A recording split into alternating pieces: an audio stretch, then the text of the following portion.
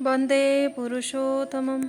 आज के वाणी है, जिस किस में युक्त होने या एक मुख्य आसक्ति का नाम ही है योग।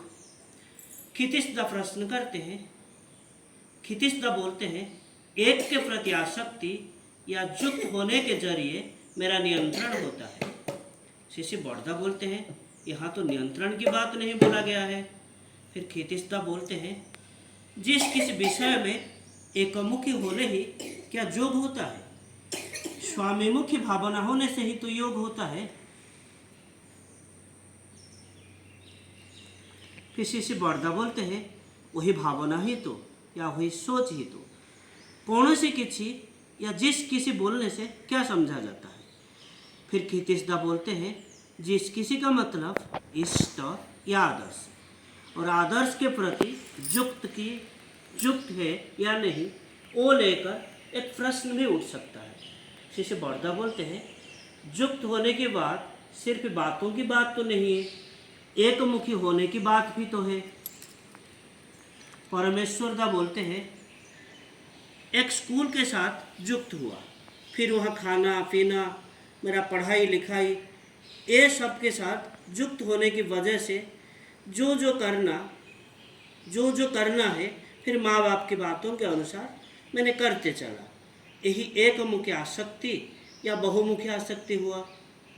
शिष्य बड़दा बोलते हैं, स्कूल के साथ जैसे एकमुखी आसक्ति, फिर माँ बाप के साथ भी वैसा एकमुखी आसक्ति।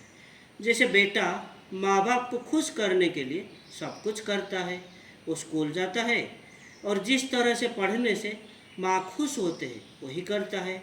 जैसे तुलसीदास की आसक्ति, जितने दिन था वैसे ही था, फिर स्त्री की बातों से भगवान को प्यार कर बैठे और तब वैसा ही हुआ।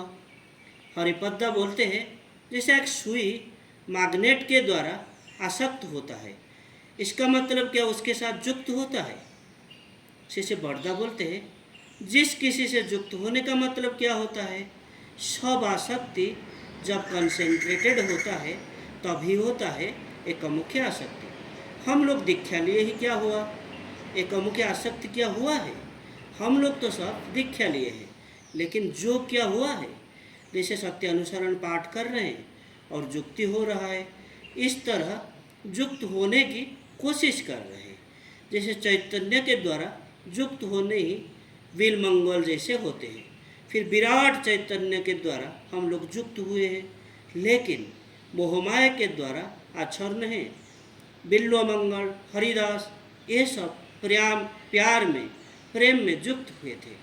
हम लोग प्यार करना नहीं जानते हैं, आत्म केंद्रिकता है, इसीलिए तो इष्ट मार्ग तो अलग होता है। ये जो शरीर, स्वास्थ्य, वीर्य, बल, प्रवृत्ति, इंद्रिय सब कुछ लेके प्रवृत्ति के मार्ग पे भी आनंद है, इष्ट मार्ग पे भी आनंद है।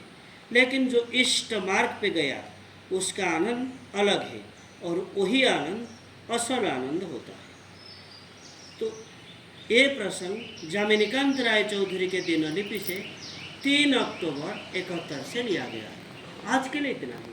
वंदे पुरुषोत्तम। वंदे पुरुषोत्तम। जय।